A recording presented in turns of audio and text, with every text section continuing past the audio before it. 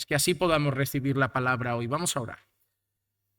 Señor, te queremos agradecer por el tiempo de oración que los hermanos han podido compartir juntos y agradecer por la oportunidad que nos das de poder estar aquí reunidos para aprender más de tu palabra. Te agradezco, Señor, que un día más podamos exponer nuestros corazones a las Escrituras y que podamos seguir meditando en el libro de Éxodo que tanto nos está enseñando y que tanto nos está edificando, instruyendo. Señor, que tu palabra sea clara hoy a nuestros ojos, que podamos aprender un poco más, que tu palabra nos haga mirar a Cristo de la misma manera y que podamos, Señor, poder traer lecciones prácticas a nuestra vida, poder traer enseñanzas y aplicaciones que sean útiles para nuestro diario vivir y nuestro caminar contigo. Edifícanos, Señor, a través de tu palabra y habla, Señor, a tu pueblo al corazón. Te lo pido en el nombre de Jesús. Amén, amén y amén. Hermanos, antes de que hoy pasemos directamente al pasaje de Éxodo que vamos a trabajar, me gustaría que leamos juntos un pasaje de Deuteronomio. Así que vayan en sus Biblias a Deuteronomio capítulo 16, Deuteronomio capítulo 16 y los versículos 1 al 4. Deuteronomio capítulo 16 y los versículos 1 al 4. Dice así la palabra de Dios. Observarás el mes de Abib y celebrarás la Pascua al Señor tu Dios, porque en el mes de Abib el Señor tu Dios te sacó de Egipto de noche. Y sacrificarás la Pascua al Señor tu Dios con ofrendas de tus rebaños y de tus manadas en el lugar que el Señor escoja para poner allí su nombre. No comerás con ella pan con levadura. 7 días comerás con ella pan sin levadura, pan de aflicción, porque aprisa saliste de la tierra de Egipto. Para que recuerdes todos los días de tu vida el día que saliste de la tierra de Egipto. Durante 7 días no se verá contigo levadura en todo tu territorio, y de la carne que sacrifiques en la tarde del primer día no quedará nada para la mañana siguiente. ¿Por qué he querido empezar con este pasaje? Porque nos encontramos con otro pasaje escrito por Moisés, y en este caso está hablando de manera conjunta de 2 celebraciones diferentes.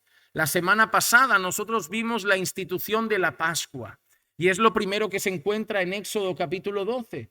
La institución de la Pascua que deberían celebrar los israelitas después del Éxodo para recordar su liberación y para recordar cómo con la sangre del cordero en los dinteles de la puerta fueron libres de la muerte que trajo Dios sobre los primogénitos de Egipto y cómo a través de esa última plaga el Señor sacó a los israelitas de Egipto. Pero nosotros hoy trabajaremos los versículos 14 al 20 y veremos la segunda fiesta que instaura el Señor. Y es una fiesta conocida con el nombre de la fiesta de los panes sin levadura. Lo que pasa es que con el paso del tiempo, lo que en Éxodo 12 se muestra como 2 fiestas diferentes, acaba casi fusionándose en una sola fiesta, porque se hacen a la vez. A la vez que se celebra la Pascua, a la vez que el pueblo judío comía y celebraba la Pascua, al mismo tiempo pasaban esos días con panes sin levadura y celebrando la fiesta de los panes sin levadura. Así que lo que aquí en Éxodo empieza como con 2 celebraciones, con el tiempo se va a mezclar y prácticamente se va a volver una sola celebración con 2 vertientes dentro de ella.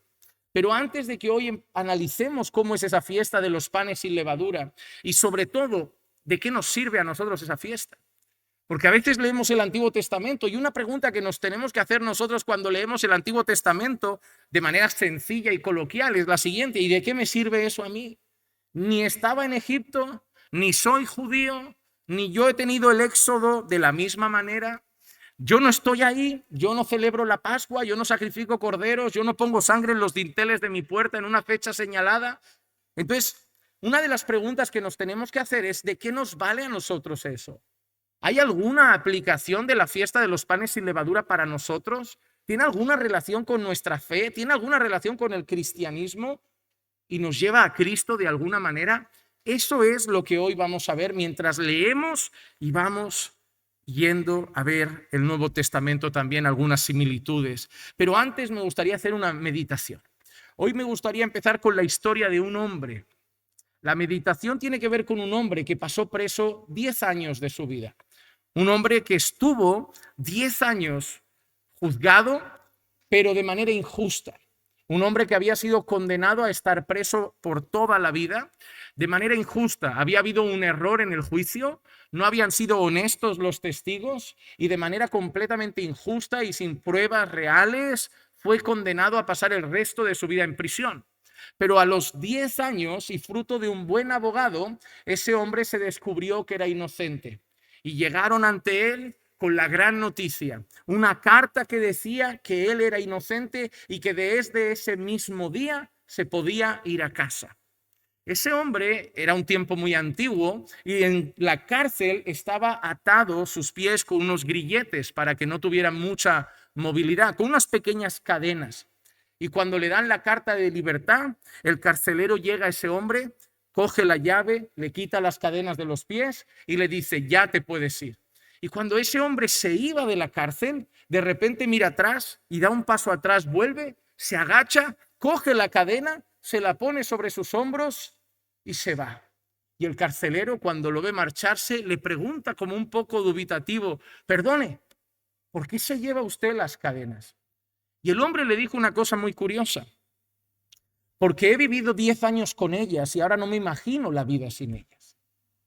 Y esto me hace pensar en algo, que nosotros con el pecado somos un poco así, que nosotros llevamos toda una vida pecando, llevamos toda una vida con prácticas pecaminosas, con un carácter pecaminoso, pero ahí llega Jesús. Ahí llega Jesús y vivimos nuestro éxodo. Hemos pasado de las tinieblas a la luz, hemos pasado de muerte a vida y hemos sido libertados de la esclavitud del pecado. Pero da la sensación de que en ocasiones, como aquel hombre, miramos atrás y volvemos a por nuestras viejas cadenas. Los panes sin levadura nos van a recordar que el fin del éxodo es que nada se quede. El fin del éxodo es que no haya ni el mínimo de contaminación en nuestra vida. El fin del éxodo es que del periodo de la esclavitud no nos traigamos nada. No puede haber un mínimo de levadura en nuestra vida. El fin de nuestra salvación es que dejemos el pecado atrás completamente.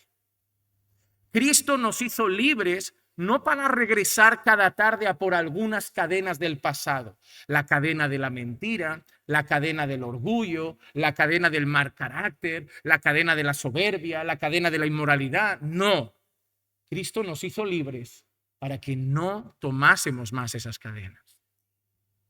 Sabemos que eso solo lo vamos a vivir en la gloria, pero debemos vivir los creyentes así. Y de eso un poquito hablaremos hoy, de la levadura del pecado y de cómo nuestra vida tiene que ser cada día lavada y limpia de toda esa levadura. Vamos a ver cómo se instituyó la fiesta de los panes sin levadura, lo que significa en ese contexto, pero luego les llevaré a ver lo que significa la levadura en otras partes del Nuevo Testamento. Lo primero es que la fiesta de los panes sin levadura era un memorial. Un memorial.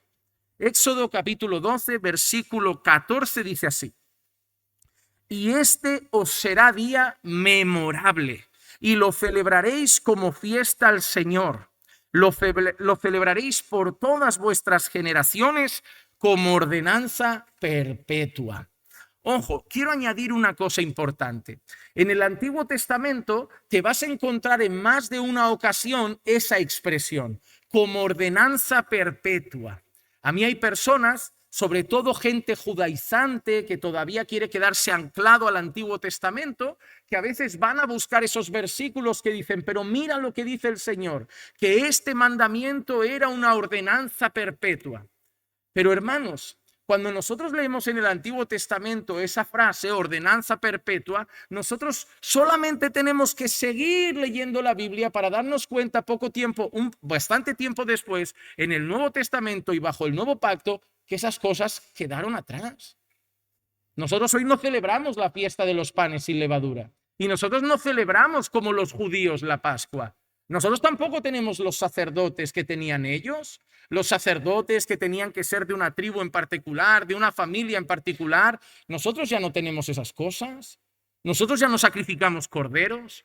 Muchas cosas de las que en el Antiguo Testamento son llamadas perpetuas se quedaron en el Antiguo Pacto. Y ahora nosotros debemos recordar siempre en qué parte de la historia estamos. Hermanos, si tú no sabes en qué parte de la historia estás, no vas a saber vivir. Por ejemplo, no tendría sentido vivir la vida nuestra en Barcelona con la mentalidad de nuestros antepasados de los años 1600 y algo. No hablo de valores, hablo de muchas otras cosas. Es que la vida es diferente. Y no estoy hablando de principios, porque los principios los rige la palabra de Dios. Me refiero al hecho de la convivencia, de cómo está estructurado el mundo, de cómo está estructurada la política, de cómo está estructurada la educación. En el 1600 y pico no tenían los mismos conflictos en las calles que nosotros tenemos hoy. Hermano, cada persona tiene que saber dónde está en la historia. Por ejemplo, con nosotros como iglesia tenemos que saber dónde estamos en la historia. Tenemos que saber que somos una iglesia que está en Hospitalet de Llobregat, en Barcelona, en España y en el año 2026. Es que si queremos hacer la iglesia como las iglesias del siglo XV, estamos fatal. Porque es como gente que viene a veces de otros países y quiere instaurar el modelo de iglesia de Ecuador aquí. Es que no estás con un pueblo ecuatoriano, es que estás en España. Si no sabemos el contexto y el tiempo en el que estamos, no sabemos ni siquiera cómo luchar. ¿Qué luchas tiene la iglesia hoy? Son diferentes. Por ejemplo, la iglesia de España en los tiempos de Franco tenía unas luchas.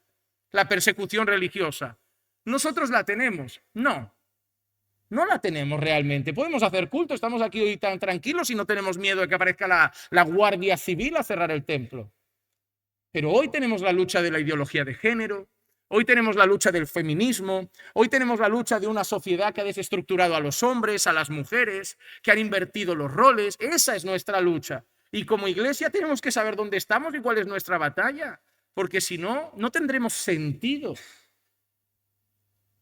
Con la iglesia en el tiempo pasa igual. Nosotros tenemos que saber en qué pacto estamos. ¿Sabes cuál es el problema de los judaizantes? Que no saben en qué tiempo viven.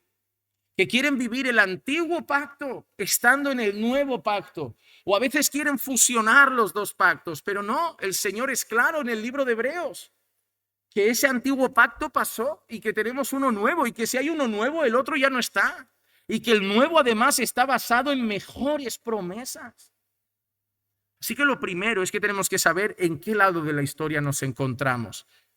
Pero cuando nosotros leemos este primer versículo, lo primero que dice es esto: y este día os será memorable. Pero memorable no significa significativo, importante. La palabra memorable aquí significa memorial. Este día os será como un recordatorio, como un memorial. Será algo que constantemente os traerá a la memoria un mensaje. Y ahí es donde nosotros empezamos a ver que eso tiene que ver con Cristo y con nuestra Pascua, con la cena del Señor. ¿Recuerdan las palabras de Pablo en 1 Corintios capítulo 11, versículo 23 y 24? Porque yo recibí del Señor lo mismo que os he enseñado, que el Señor Jesús, la noche en que fue entregado, tomó pan y después de dar gracias lo partió y dijo: esto es mi cuerpo que es para vosotros, haced esto en memoria de mí. La Pascua era un memorial, la fiesta de los panes sin levadura era un memorial. ¿Un memorial de qué, hermanos? ¿Qué es lo que iban a recordar los israelitas cada vez que celebrasen la Pascua? ¿Qué iban a recordar los israelitas cada vez que celebrasen la fiesta de los panes sin levadura? ¿Qué iban a recordar? El éxodo, la liberación, el cómo el Señor los había constituido en una nación libre. Ahora, cuando el Señor Jesús dice que celebremos la cena del Señor y que cuando tomemos el pan y tomemos la copa lo hagamos en memoria de Él como un memorial. ¿Qué celebramos también? Exactamente lo mismo, con la diferencia que ellos fueron libertados de Egipto y nosotros fuimos libertados de la muerte. Ellos fueron libertados de Faraón y nosotros fuimos libertados de también un faraón que teníamos que se llamaba pecado. Nosotros también fuimos libertados de la esclavitud. Nosotros fuimos libertados de la muerte, nosotros fuimos libertados de las tinieblas y cada vez que celebramos la cena del Señor, que por cierto, este domingo toca cena del Señor, pues hermano, este domingo no se puede cambiar. Este domingo no se puede cambiar por un paseo, este domingo no se puede cambiar por una comida familiar. Este domingo para nosotros es muy importante porque vamos a recordar que somos libres, vamos a celebrar juntos con otros libres nuestra libertad, vamos a venir otra vez a recordar que por ese cuerpo que fue roto y por esa sangre que fue derramada, ahora somos libres en Cristo, que ya no somos esclavos de las ataduras del pecado. Y hermano, así como ellos con la fiesta de la Pascua y con los panes sin levadura iban a recordar su liberación, nosotros también con la cena del Señor, porque Cristo es nuestra Pascua, también vamos a recordar nuestra liberación, nuestra redención y nuestra salvación. Ahora, los versículos 15 y 16 de Éxodo 12 ofrecen indicaciones de cómo debía prepararse esa fiesta. Versículos 15 y 16 dice: 7 días comeréis panes sin levadura. Además, desde el primer día quitaréis toda la levadura de vuestras casas, porque cualquiera que coma algo leudado desde el primer día hasta el séptimo, esa persona será cortada de Israel. Y en el primer día tendréis una santa convocación y otra santa convocación en el séptimo día. Ningún trabajo se hará en ellos, excepto lo que cada uno deba comer. Solo esto podréis hacer. Solo esto podréis hacer. Mira, ¿qué instrucciones vemos aquí? 4 cosas principales destaca Moisés en cuanto a la fiesta de los panes sin levadura. Número 1, que deben comer panes sin levadura. Eso es lo más importante. Pero número 2, y esto es muy curioso, que deberían retirar toda la levadura de sus casas.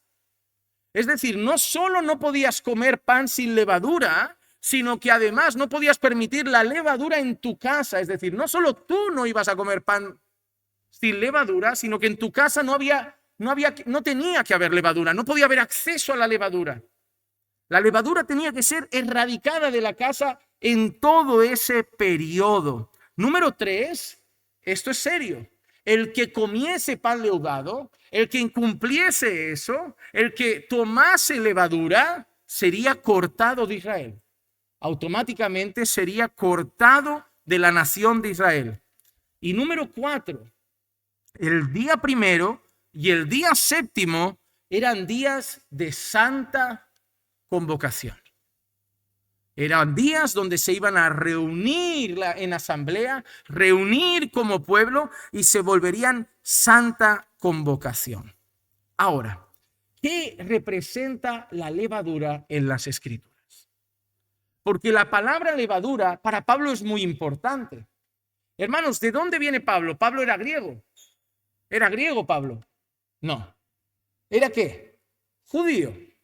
Ciudadano romano a nivel legal, como él lo dice en alguna ocasión, pero originalmente Pablo era judío. Por eso es muy bonito cuando empiezas a conocer a los escritores de la Biblia, porque se nota su peculiaridad. Cuando tú lees a Pedro, el lenguaje que Pedro utiliza no es técnico como el de Pablo. Pablo era un erudito, Pablo era un teólogo, Pablo era estudiante de Gamaliel. Y cuando Pablo escribe, incluso alguno por ahí dice, a veces Pablo escribe cosas difíciles de entender. Pero cuando lees a Pedro, Pedro es muy cortante. Pedro habla de manera directa, contundente, clara. Y cuando lees a Juan, por ejemplo, Juan tiene un lenguaje muy sencillo, súper simple. Juan te dice cosas como, si alguno dice que conoce a Dios pero no guarda sus mandamientos, es un mentiroso. El que practica el pecado es del diablo. Juan tiene frases como para hacer un eslogan. Pero cuando Pablo habla, no, vestíos de toda la armadura de Dios para que podáis resistir las insidias del enemigo y cuando venga el día malo, tú dices, es un poeta. Es muy bonito porque cuando tú lees las escrituras conoces al autor. Porque Dios inspira, pero no anula la personalidad de la persona. Hermano, los escritores de la Biblia no entraban en un éxtasis y la mano iba sola. Ellos le pusieron su carácter, su personalidad, su forma, su inteligencia. Dios les dio el mensaje. Y Pablo utiliza mucho el lenguaje judío, porque Pablo era un conocedor de las escrituras. Por eso no había nadie mejor para hablar con judíos que Pablo, porque conocía la escritura como el que más. Y Pablo menciona temas importantes del Antiguo Testamento y los aplica en el Nuevo Testamento de otra forma. La palabra levadura para un judío es importante por un motivo, la fiesta de los panes sin levadura. Y Pablo menciona la levadura en más de una ocasión, pero no solo Pablo, el Señor Jesucristo también. El Señor Jesucristo también lo utiliza para hablar con un público judío, porque eso les va a dar un mensaje. ¿Qué representa la levadura en el Nuevo Testamento? Normalmente dos cosas. Por un lado representa el pecado y por otro lado representa las falsas enseñanzas en nuestra vida. Mira, por ejemplo, aquí en estos tres textos es utilizado para hablar de falsas enseñanzas. Gálatas capítulo 5 y el versículo 9, Pablo dice, un poco de levadura fermenta toda la masa. Para quien no lo recuerda, Gálatas es una carta que ataca directamente el ¿qué? ¿Alguien lo recuerda? ¿Contra quién lucha Pablo en Gálatas? Judaizantes. Judaizantes estaban llegando a la iglesia, llegando a un montón de gentiles que habían creído en Cristo y les estaba diciendo que volved a la circuncisión. Si no os circuncidáis, no podréis heredar el reino de Dios. Si no os circuncidáis y cumplís la ley de Moisés, no seréis salvos. Eso es lo que traían. ¿Y qué les dice Pablo? Un poco de levadura leuda toda la masa. ¿Sabes lo que les está diciendo? Si dejáis entrar un poco de herejía, si os tragáis un poco de esa idea judaizante, todo se echa a perder. Es como si alguien te dice, la salvación es solo por gracia o gracia más obras. No, solo por gracia. Pero si tú dijeras, bueno, y un poquito de obras, ya no es gracia. Te cargaste la gracia. Y eso es lo que Pablo está diciendo. Un poco de herejía pudre todo. Un poco de herejía pudre todo. Si yo echo a esta botellita de agua un chorrín pequeño de bromuro o de alguna cosa y se la doy a Ariel y le digo, Ariel, toma agüita. Solo una cosa, tiene 3 o 4 gotas de bromuro. Ya no va a querer. 3 o 4 gotas, ¿eso qué es para medio litro? Nada. Pero eso es lo que pasa con las herejías. Eso es lo que pasa con las falsas enseñanzas. A veces nos tomamos muy a la ligera. Yo veo gente que dice, no, retener lo bueno, desechar lo malo. No, hermanos, hay que tener un filtro muy claro. Un poco de falsa enseñanza tira a la basura la verdad de la doctrina bíblica. Hermanos, si tú incorporas a una verdad un poco de exageración, ya no es verdad. Si tú incorporas a una verdad un poquito de mentira, ya no es verdad. El problema de los cristianos que nos hemos vuelto así, si no me doy un tortazo con una piedra grande, no pasa nada. ¿Saben cómo hacen algunos con el pecado? Es un pecadito. Te digo una cosa, yo no he visto vidas espirituales enfriarse por un enorme pecado, pero he visto vidas espirituales enfriarse por muchos chiquititos que se dejaban pasar, no por uno gigante. Hermano, hay que tener cuidado con las pequeñas brechas. Mira las palabras de Jesús sobre escribas y fariseos. En Mateo capítulo 16 y el versículo 6, Jesús dice, Estad atentos y guardaos de la levadura de los fariseos y saduceos. Ahora, dicho así, la gente no sabría a qué se refiere, pero el versículo 11 y 12 dice, ¿cómo es que no entendéis que no os hablé de los panes? ¿Qué es lo que ellos pensaban? ¿En qué pensaron? En panes. ¿Ves que Jesús les pregunta, ¿cómo que no entendéis que no se estaba hablando de panes? ¿Y por qué creen que ellos pensaron en panes? Jesús de alguna manera le dijo lo de la levadura y la mente de los judíos, ¿a dónde se fue? A la fiesta de los panes y levadura. Y Jesús dijo, esta gente ahora lo único que ha entendido es, si un fariseo viene a darte un pan, no lo cojas, que seguro que tiene levadura. El problema a veces en la iglesia cuando uno predica es esto, que uno dice una cosa y luego el otro entendió otra. Pero gracias a Dios que Jesús es el mejor maestro y Jesús les va a explicar de lo que estaba hablando.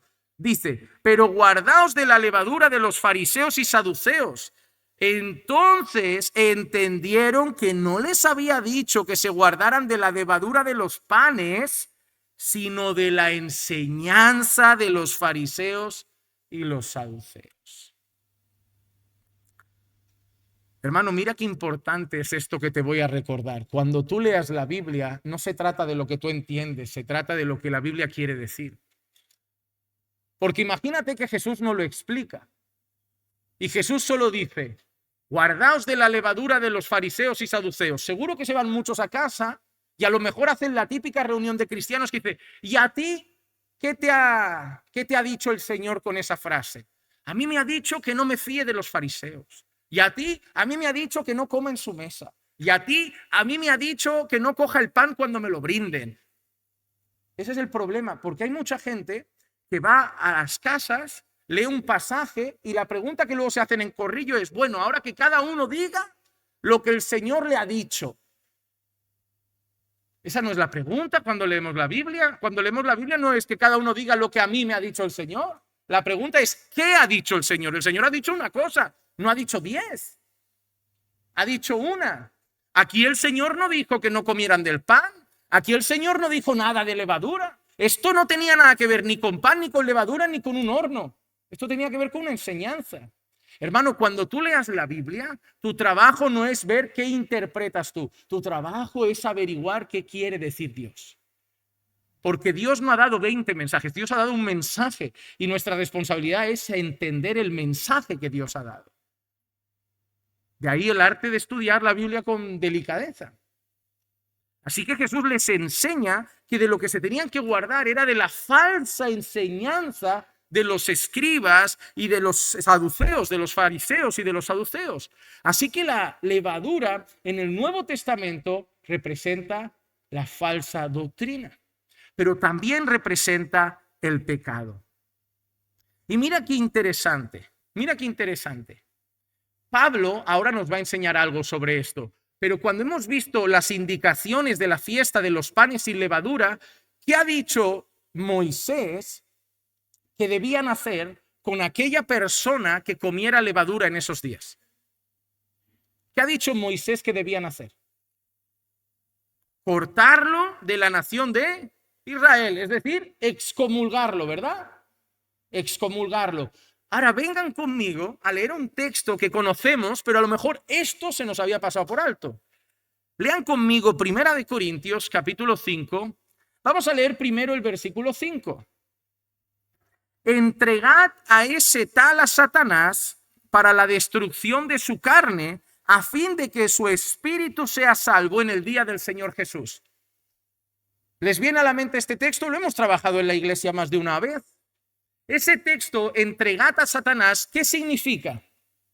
Haced un ritual satánico por él. ¿Representa eso? Llevarlo a un centro de hechicería y que se lo quede el diablo. ¿Significa eso?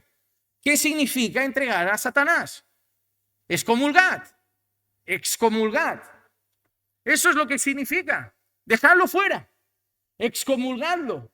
Ya no va a participar de la comunión como un hermano. Ahora, una pregunta para ponernos en contexto y entender qué había hecho esa persona. Tenía que haber sido algo grave. ¿Recuerdan lo que había hecho?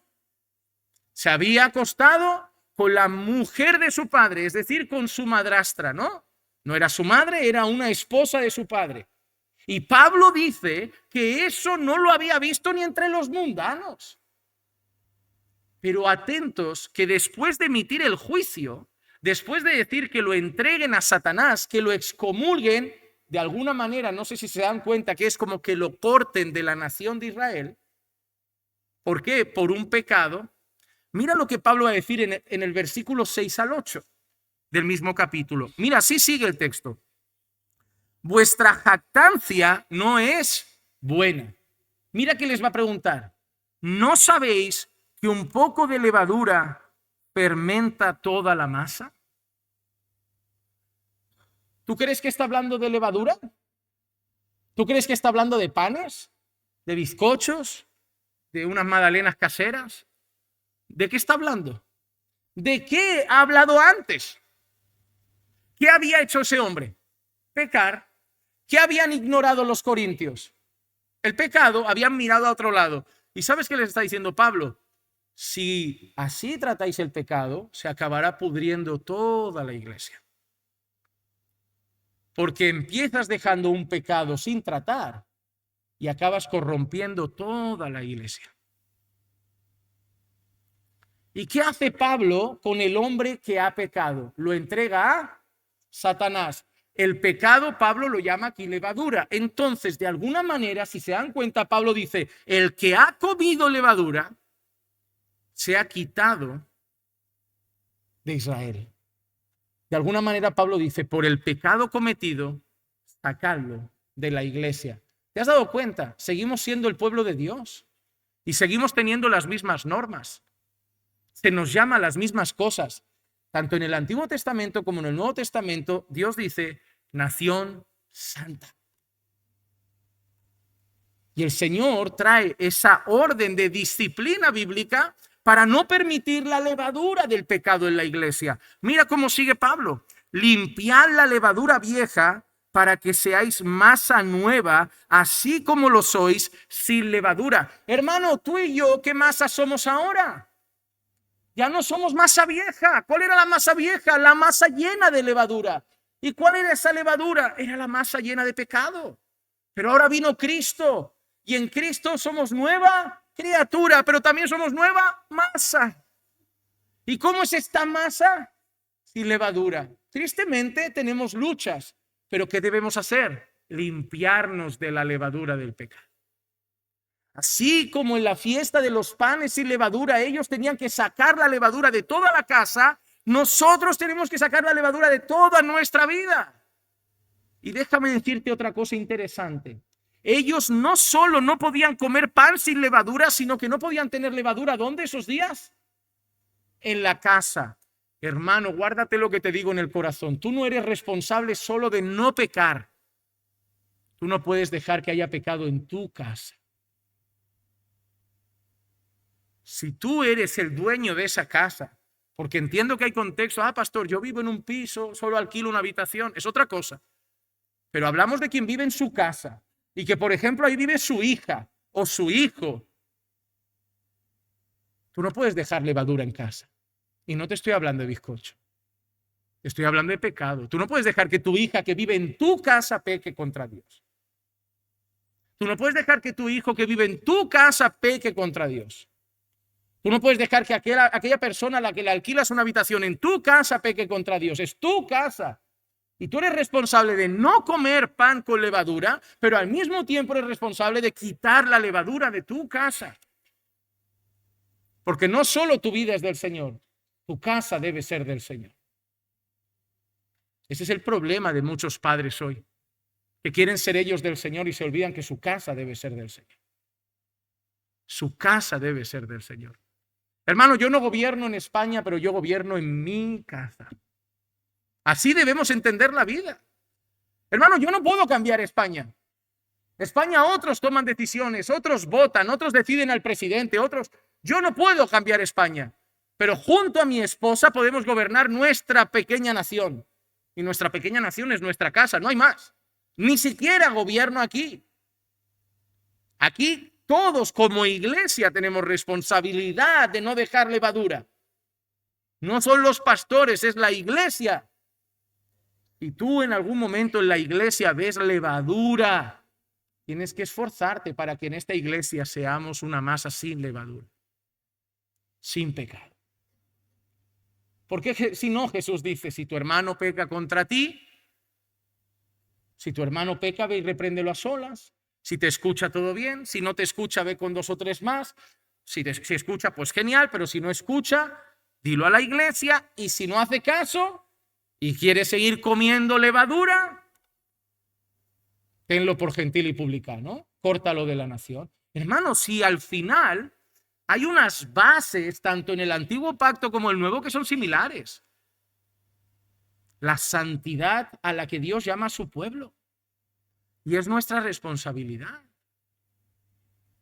Pablo les dice, porque aún Cristo, nuestra Pascua, ha sido sacrificado. Por tanto, celebremos la fiesta no con la levadura vieja. Mira lo que Pablo está diciendo, celebremos la fiesta. Pero ellos ya no celebraban la fiesta. ¿Con quién está hablando?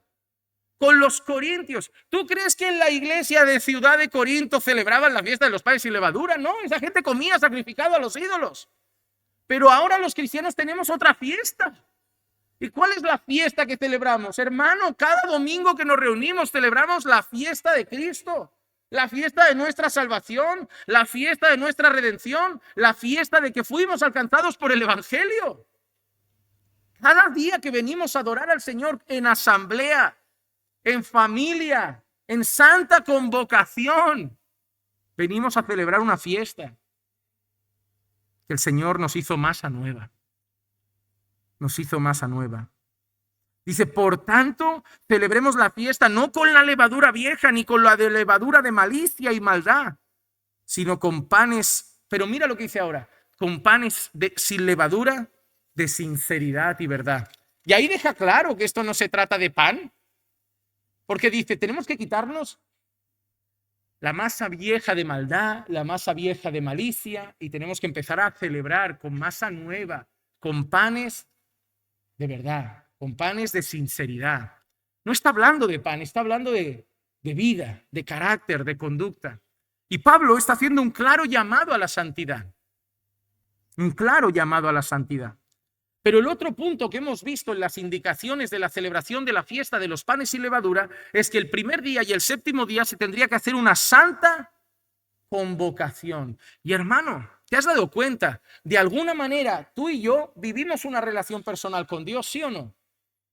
Porque tú no te reúnes aquí solo con Dios, ¿verdad? Tú no vienes aquí y aquí tienes un encuentro con Dios. Tú estás en tu casa, tienes tu vida de oración, tienes tus tiempos con Dios, le cantas tus alabanzas, lees la palabra y luego podéis tener algún tiempo con amigos, con hermanos, pero ¿qué hacemos una vez a la semana? ¿O qué hacemos en algunas ocasiones entre semana? Pero sobre todo un día a la semana. Porque entre semana por trabajo y otros motivos no nos vemos todos. Pero el domingo, un día a la semana, ¿qué tenemos? Santa convocación. Por eso es tan importante. Por eso yo creo que todos los cristianos deberían tener algo claro. Que si mamá te invita a salir el domingo, mamá, otro día o más tarde. Pastor, vino mi hermana, pues queda a partir de las 12. Ellos no cambian nada por ti, tú vas a cambiar el culto a Dios por ellos. Me parece un mensaje extraño. Hermano, el día de Santa Convocación, te doy un consejo en el amor del Señor, no lo cambies por nada. Tenemos otros días y otros horarios, porque ni siquiera estamos todo el día. No cambies la Santa Convocación por otras cosas. Haz lo posible. Obviamente hay enfermedades y hay casos, pero hermano, que nada te impida que el día de Santa Convocación, donde nos reunimos para celebrar fiesta, que alguien te lo quite, porque no te lo ha pedido el hombre, te lo ha pedido el Señor. Porque no vienes a hacer fiesta para Juan Manuel, ¿no? El domingo. Porque no vienes a hacer fiesta para otro. ¿De quién es la fiesta el domingo? Oh, hermano, si a mí Dios me invita a una fiesta, yo no cambio esa fiesta por otros planes. Tienes que tomártelo de alguna manera así. Cada domingo es como que Dios te invita a una fiesta. Un día de adorarle, de cantarle con los redimidos, de celebrar su gloriosa obra en tu vida y de recibir su palabra. Hermano, eso no puede ser sustituido Por eso incluso los creyentes, cuando viajamos el domingo en otro país o donde sea, buscamos un lugar donde practicar santa convocación con otros creyentes. Porque para nosotros en Barcelona, en Estados Unidos, en Brasil, Ecuador o Colombia, ese día es día de santa convocación y es día de fiesta con el Señor. Yo creo que eso se está perdiendo en muchas personas por la cultura, por la cultura. Pero mira lo que nos enseña Hechos capítulo 2, versículo 46. Día tras día continuaban unánimes en el templo y partiendo el pan en los hogares, comían juntos con alegría y sencillez de corazón. La comunión del pueblo de Dios, hermano, es algo propio de la iglesia.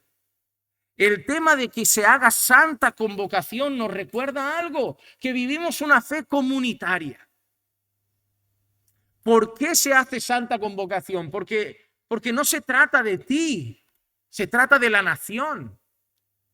Dios no fue a salvar a un israelita, Dios fue a libertar a Israel. Hermano, es algo que debemos tener en el corazón. La fe no es individualista, la fe es comunitaria. Sí, tenemos relación personal con Dios, pero la fe es comunitaria. La vivimos en comunidad. Dios vino a salvar a un pueblo, Dios te puso en un cuerpo, Dios te dio una familia y volverá por su iglesia. Nada eres tú, siempre es grupo. Hay gente que me da la sensación que cree que la eternidad es ellos de la mano de Jesús cantando por la pradera por los siglos de los siglos. No, eso no va así. Hay gente que cree, no, yo cuando esté allí tengo mucho que hablar con Jesús. Es que hay gente que cree que va a llegar al cielo y Jesús va a tener un... No. Yo no creo que tú llegues allí y digas que se aparte toda la multitud de todo pueblo, lengua y nación, que llegue yo y necesito que Jesús me dé atención a mí. Hermano, va a haber un pueblo. Va a haber un pueblo. No va a haber una vida exclusiva con Dios tuya y ya está. No, va a haber una vida comunitaria por los siglos de los siglos. Hermano, más vale que te guste la iglesia. Porque te voy a decir algo que te va a chocar. Si tu madre no es creyente, con ella no vas a estar toda la eternidad.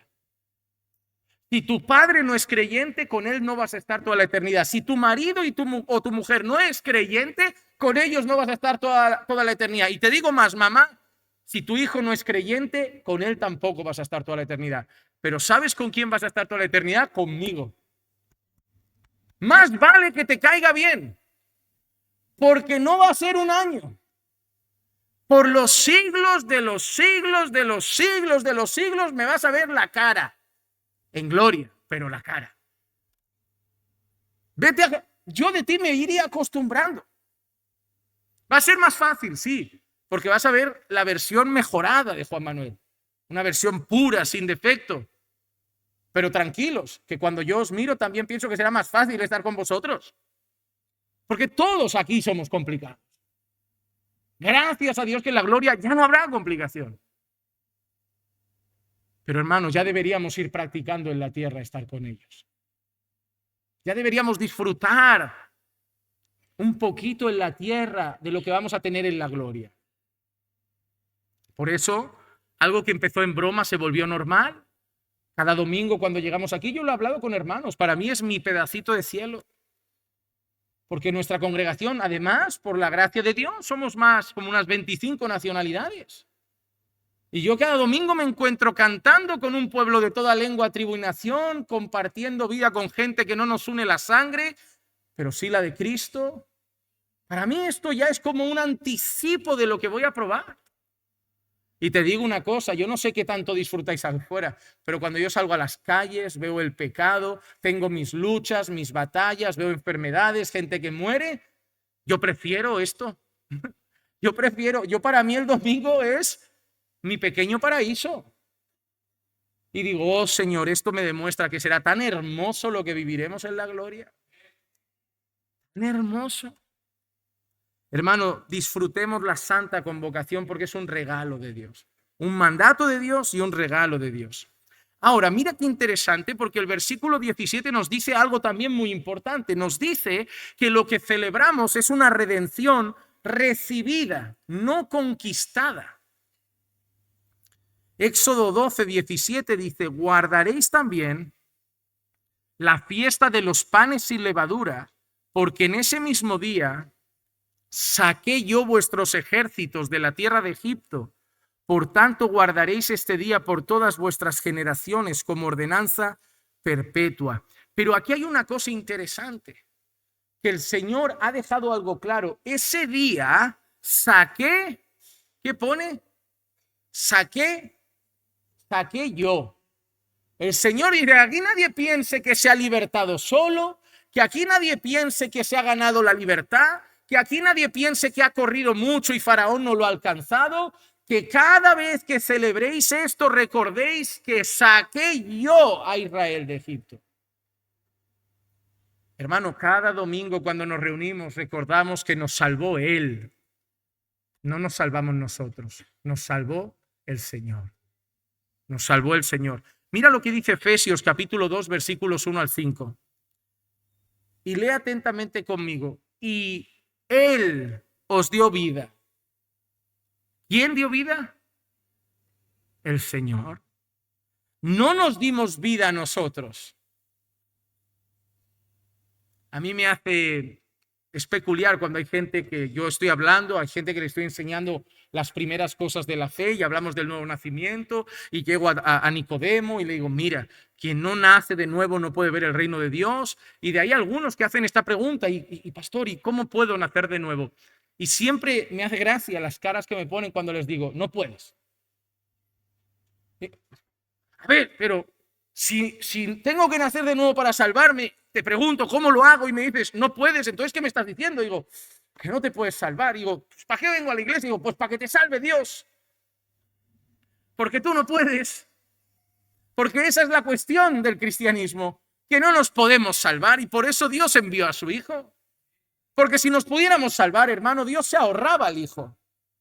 Si nos pudiéramos salvar nosotros, Dios no enviaba a su Hijo a morir por nosotros. El Señor Jesús no se subió a la cruz y dijo, bueno, yo he hecho la parte mía, ahora sálvese quien pueda. No, Él dijo consumado es, porque si Él no consuma eso, hermano, te voy a decir una cosa a ver si lo entiendes. Si Dios hubiera hecho, si Jesús hubiera hecho el 99,99999 y dijera el 0,0001 es tuyo, te pierdes. Nos perdemos. Pero es que Jesús hizo el 100%. Es como si Dios hubiera dicho, yo saco de Egipto, ahora os dejo aquí delante del Mar Rojo y de aquí para adelante vosotros. Pues ya está, ya viene Faraón, ya llegan los carros, olvídate, vuelta atrás. Pero Dios abre el Mar Rojo y los hace pasar a pie seco. Pero es que no solo hace eso, sino que Dios cierra el Mar Rojo cuando pasan sus enemigos. Es que Dios no solo te dio vida, es que Dios mató al pecado, Dios mató la muerte y Dios mató a Satanás. Jesucristo venció a nuestros enemigos como el Mar Rojo se tragó a Faraón. Por eso el Señor dice, Él os dio vida. Pablo dice, no vosotros. Vosotros no resucitasteis. Él os dio vida a vosotros.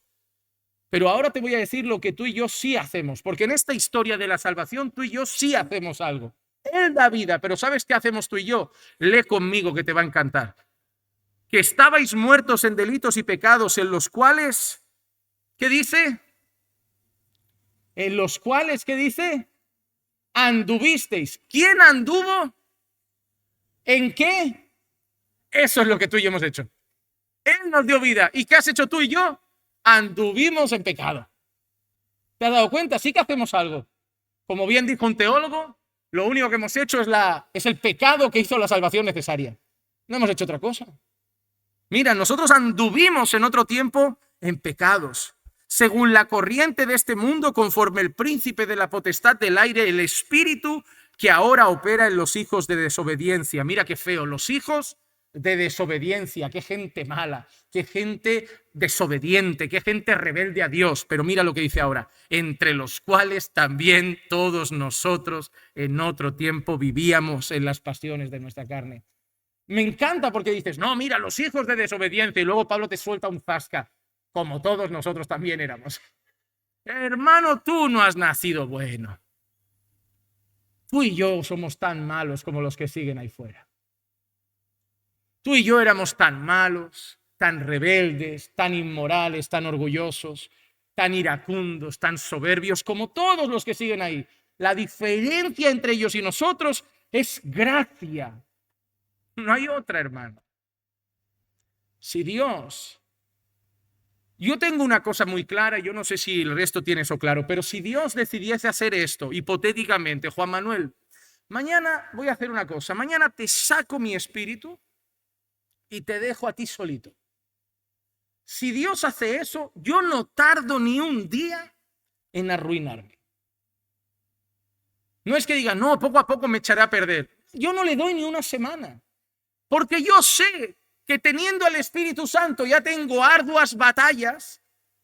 Teniendo al Espíritu Santo ya oro para mansedumbre, para dominio propio, para paciencia. Imagínate si no lo tengo. Pues ya otra vez desbocado como antes. Hermanos, si Dios no nos salva, tú y yo nos vamos a la ruina. Si Dios no acaba y consuma la obra, no hay salvación. Nosotros vivíamos en nuestras pasiones de la carne y viviríamos en ellas si no fuera por Dios todavía. Satisfaciendo los deseos de la carne y de la mente. Y mira lo que dice Pablo, y éramos por naturaleza, y eso ya te dice por algo, de nacimiento. Éramos por naturaleza hijos de la ira, lo mismo que todos los demás. Pero ahora dice Pablo, pero Dios, mira qué panorama. Vivíamos muertos, satisfaciendo los deseos de la carne. Éramos hijos de la desobediencia, por naturaleza hijos de la ira, pero Dios. ¿Sabes lo que te está diciendo Pablo? Que nadie piense que Dios ha salvado a buenos corderitos. Dios ha salvado a viles pecadores, muertos en delitos y pecados, esclavos. Pero Dios, y no lo dice porque no dice que vio mucho potencial en nosotros. No, que es rico en misericordia. Por causa del gran amor con que nos amó, aun cuando estábamos muertos en delitos, en nuestros delitos, nos dio vida juntamente con Cristo. Por gracia habéis sido salvados. Habéis sido salvados. Y eso nos recuerda cómo a los israelitas que Dios nos sacó de Egipto. La celebración de los panes sin levadura era una celebración como la Pascua para recordar a los israelitas que la salvación es del Señor. Cuando nos reunimos el día del Señor para adorar, cuando celebramos la cena del Señor, es una fiesta que nos recuerda que la salvación es del Señor. ¿O acaso nos cantamos a nosotros mismos ese día? Cantamos a nuestro Salvador. ¿O oramos en nuestro nombre a Dios? ¿Oramos en el nombre de nuestro Salvador? ¿O predicamos nuestro evangelio? Predicamos el evangelio de nuestro Salvador. Porque lo único que hacemos es reunirnos para recordar que somos fruto de la salvación de otro, por gracia. Ahora viene un detalle interesante en el versículo 18. Y es que Dios va a traer un recordatorio de la creación perfecta que hizo al principio. Porque en Éxodo 12 y el versículo 18 dice, en el mes primero comeréis los panes sin levadura desde el día 14 del mes, cuando por la tarde, hasta el día 21 del mes por la tarde. La fiesta iba desde la tarde hasta la tarde. Mira qué interesante. Vamos a leer dos versículos de Génesis. Génesis 1:5. La parte final del versículo dice, y fue la tarde y fue la mañana un día. En Génesis 1:8, también la parte del final dice, y fue la tarde y fue la mañana el segundo día. ¿Nunca te ha parecido interesante que el Señor, cuando habla de la creación, los días comienzan por la tarde? Y que cuando van a celebrar la fiesta de los panes sin levadura, empiezan un día por la tarde y acaban un día por la tarde.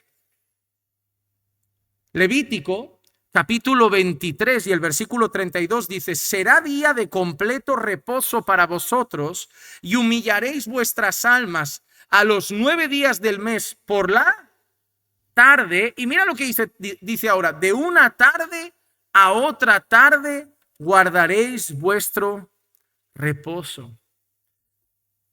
Desde Génesis vemos que para Dios los días comienzan por la tarde. Y eso sabían que es una tradición que mantienen muchos hasta hoy. Por ejemplo, los judíos y los musulmanes, para ellos el inicio del día es con la puesta del sol. Alguna vez, no sé si han conocido a algún musulmán que hace Ramadán. Y si hacen Ramadán, ustedes verán que están viendo el reloj todo el día para ver a qué hora empiezan a comer, y no lo hacen por la mañana, suelen hacerlo ¿cuándo? Cuando da la tarde, normalmente 5 o 6 de la tarde. Si tú vas a Israel y vas a ver cuándo empiezan a celebrar el día de reposo, no es por la mañana. Eso es nuestro calendario. La tradición occidental actual calcula el inicio del día ¿cuándo? La medianoche. Para nosotros las 12:01 ya es el día siguiente. Para judíos, musulmanes, según la tradición histórica y bíblica, vemos que sus días comenzaban por la tarde. Y eso les recordaba mucho a Génesis. No significa que ahora nosotros vamos a cambiar todo nuestro calendario, porque, como digo, vivimos donde vivimos. Vivimos donde vivimos. Imagínate, ahora le digo a mi jefe: perdone, ¿a qué hora es el trabajo? No, de 8 a 5. Digo, mi día empieza a las 6. Yo vengo de 6 a 2 de la mañana. Y me dice: ¿pero qué dices? Si a esa hora está la oficina cerrada. Pero yo es que tengo calendario oriental. Me dice: usted vuélvase por donde ha venido, que no tiene muchas ganas de trabajar. Tenemos que saber dónde vivimos. Pero en el panorama bíblico, el hecho de que los días empiecen por la tarde era para recordar que la creación perfecta de Dios marcaba los días así. Era la tarde y la mañana un día. Empezaban de esa manera. Y terminamos con los 2 últimos versículos, donde se vuelve a dar un resumen de las indicaciones en la celebración de los panes sin levadura. Dice: por 7 días no habrá levadura en vuestras casas, porque cualquiera que coma algo leudado, esa persona será cortada de la congregación de Israel, ya sea extranjero o nativo del país. No comeréis nada leudado en todo lugar donde habitéis. Comeréis panes sin levadura. Y cuando yo leo esto, yo automáticamente pienso en nuestro Señor, porque nuestro Señor Jesucristo celebró estas fiestas.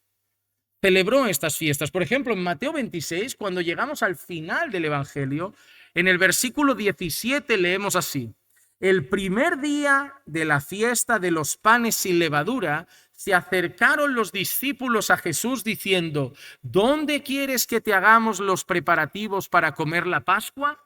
¿Te das cuenta, hermano? Ahí ya estaba unido, ¿verdad? El primer día de la fiesta de los panes sin levadura, al mismo tiempo iban a hacer preparativos para comer la Pascua. Las 2 celebraciones estaban unidas. ¿Y dónde come eso Jesús? Con sus discípulos, en la última cena. Así que podemos tener un dato curioso.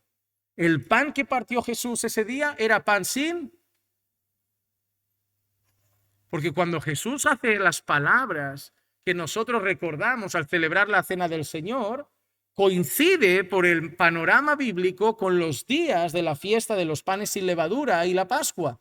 Así que entendemos que ese pan que Jesús parte era un pan sin levadura. Pero mira qué interesante. Jesús dice: este pan es mi cuerpo que es partido. Jesús es el único pan humano sin levadura que ha existido en esta tierra. Cuando Jesús va a partir, nadie podría decir de un pan sin levadura, siendo la levadura el pecado, nadie podría decir: este pan es mi cuerpo. Porque todos nosotros tenemos mucha levadura en nuestro pan. Pero cuando Jesús parte el pan y dice, este pan es mi cuerpo, Jesús nos está diciendo algo. Él fue tentado en todo, pero sin pecado. Como cordero sin mancha, fue al matadero. Jesús era un pan sin levadura, que se partió para que un montón de panes infectados por mucha levadura hoy seamos masa nueva en Cristo Jesús. Así como la Pascua nos hace pensar en Jesús, también la fiesta de los panes sin levadura. Aunque leamos textos antiguos, si nosotros miramos a Cristo, los vamos a encontrar con mucho sentido para nuestra vida.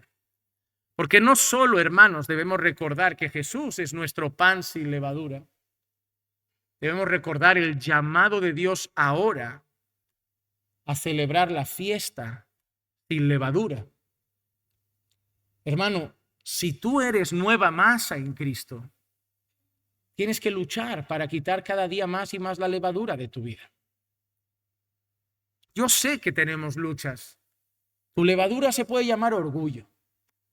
La mía puede ser falta de dominio propio. La tuya puede ser un poquito el chisme, el mal carácter. No lo sé, pero sea cual sea, hermano, debemos limpiarnos de esa levadura. Dios no quiere panes con levadura en su casa. Es más, si hacemos de esa levadura un hábito, el Señor dice que seremos cortados de la casa. Y otra cosa, no solo debes cuidarlo en tu vida. Nosotros, como miembros de esta casa, tenemos la responsabilidad entre todos de que no haya levadura en casa. Todos no vamos a ver la levadura, pero si tú un día ves a un hermano comiendo levadura, ve y díselo. Dile, hermano, debemos luchar para quitar toda levadura de la casa. Hermanos, somos responsables. Y cuando tú veas un hermano que peca, yo sé que a veces, yo no sé si es por temor a los hombres, yo creo que el principal motivo para no corregir a alguien para mí son tres. Uno, temor a los hombres. El hecho de no aceptar una mala cara, una mala respuesta, una mala contestación. Dos, que yo esté viviendo en un pecado que nadie sabe y no me sienta con moral de corregir a otro. Que eso también puede pasar. Como yo tengo el mío escondido, no voy a corregir a ese que se ha visto porque supieran el mío tela marinera. Y tres, y este es real, aunque no lo aceptéis, porque no amáis tanto a esa persona. Porque no hay nada que destroce más a una persona que el pecado. Y si yo amo a alguien, no quiero eso en su vida. Entonces, si yo soy capaz de ver a alguien pecar y no hago nada, significa que no le amo tanto. Esos son los tres principales motivos. Pero sobre todos ellos, el que más te debería llevar a corregir el pecado, una vez alguien me lo dijo, estábamos teniendo una charla sobre disciplina bíblica en la iglesia y nos preguntaron, ¿cuál es el motivo por el cual creen más importante corregir el pecado de un hermano? Y casi todo el mundo decía, por amor a su alma, por amor a su alma. Y cuando llegaron a mí se me iluminó por la gracia de Dios la mente y dije, no, ese es importante, pero no el más importante. El más importante es por amor a Dios. Porque la iglesia es de Dios. Y dejar pecado en la iglesia del Dios que la quiere santa es ir contra Dios. Amamos al hermano, pero el principal motor es honrar a Dios. Es que Dios sea respetado. Porque puede ser que el hermano no acepte la corrección, se vaya o se quede o pase algo. Pero Dios tiene que ser honrado sí o sí. Ese es el motivo más importante. Los israelitas no debían decir, no, quita toda la levadura porque... No, ¿por qué? Porque Dios lo quiere. Porque Dios lo manda. Aunque vamos a leer más adelante un versículo que yo lo voy a leer hoy para terminar y cierro con él, que tiene que ver con los panes sin levadura y que Moisés menciona luego. En Éxodo 12, el versículo 39 dice así: y de la masa que habían sacado de Egipto, cocieron tortas de pan sin levadura, pues no se había leudado, ya que al ser echados de Egipto no pudieron demorarse ni preparar alimentos para sí mismos. En ese versículo hay una cosa interesante. Comieron un pan sin levadura porque no tuvieron tiempo de toda la fermentación del pan, porque tuvieron que salir corriendo de Egipto. Así que tuvieron que comer un pan sin fermentar, un pan sin leudar, para comer rápido, porque tuvieron que salir corriendo. Y esto, hermano, me lleva a una cosa. Si hay alguien aquí que todavía no está en Cristo, si hay alguien aquí que no es salvo, si hay alguien aquí que está escuchando este mensaje y piensa, voy a dejar la fe para mañana, voy a dejar herir a Cristo para mañana, déjame decirte algo, no. Este no comer pan leudado, porque hay que salir corriendo, nos llama a entender que es urgente responder en fe al Señor. No se puede dejar para mañana. El Señor llama a que la gente corra a Él ya. Él no le dijo, bueno, comed y ya mañana salimos de Egipto. No, el Señor dijo, esta noche ya, largaos. El llamado a arrepentirse es ahora. El llamado a correr a Cristo es ahora. El llamado a abandonar Egipto es ahora. Y no, bueno, yo arreglo primero mi vida y luego llego a Jesús. Hay gente que me dice así, pastor, no, yo estoy ordenando mi vida y luego ya me entrego. Y luego, no, uno se entrega y luego va ordenando su vida. No pospongas la salvación. Es más, yo les digo con mucha franqueza, eso a los que me dicen esto les digo con mucha franqueza, tú no puedes ordenar la vida. Precisamente sin Dios no la vas a ordenar. Es solo por el Espíritu de Dios que algo se va a empezar a ordenar, si no solo vas a seguir igual. Digo, es hoy que hay que ir al Señor. Ellos no pudieron dejar el pan fermentando, tuvieron que comer corriendo y salir. Nosotros no podemos dejar las cosas arregladas. ¿Recuerdan aquel hombre que dijo, déjame ir, enterrar a los míos y luego vuelvo? Dijo, no, dejad a los muertos enterrada. No, vosotros tenéis que salir. El día de ir es hoy. Hermano, para ir detrás de Cristo es hoy. Y si tú estás aquí sin Cristo, no lo dejes para mañana, porque mañana puede ser que la muerte, igual que pasó por Egipto, pase por tu casa. Así que es hoy el día de manchar los dinteles con la sangre del Cordero. Es hoy el día de correr a Jesús. No dejes para mañana, porque el mañana no es real si Dios no lo quiere. Es hoy el día de decir, acepto. Me arrepiento de mis pecados, reconozco mi miseria y reconozco que sin Cristo no tengo esperanza de salvación. Es hoy. Arreglar la vida es algo que nos lleva toda la vida. Pero la salvación es hoy, hermano, es hoy. Amigo, es hoy. Corre a Cristo hoy. No esperes a organizar la vida hoy, porque sin Cristo lo que tienes no es vida. Es hoy el día. Vamos a orar. Señor, te damos gracias por tu palabra. Gracias, Señor, por permitirnos entender más a fondo, Señor, sobre la fiesta de los panes sin levadura y sobre todo por llevar nuestra mente, nuestros ojos a comprender que todo se trata de Cristo, que todo se trata de Él. Ayúdanos, Señor, a poder celebrar cada día más y más a Cristo con panes sin levadura. Ayúdanos a quitarnos cada día más la levadura del pecado de nuestra vida. Ayúdanos, Señor, a valorar la santa convocación semana tras semana para adorarte y exaltarte. Invitar a más personas a sumarse a esa santa convocación. Invitar a muchos a través de la predicación del Evangelio a abandonar Egipto y salir corriendo para tener vida en Cristo, Señor. Que todo lo que hoy hemos meditado y escuchado lo podamos aplicar a nuestra vida. Y Señor, que hayas hablado a cada quien en esta sala conforme a la necesidad de este momento. Es lo que te pido en el nombre de Jesús. Amén, amén y amén.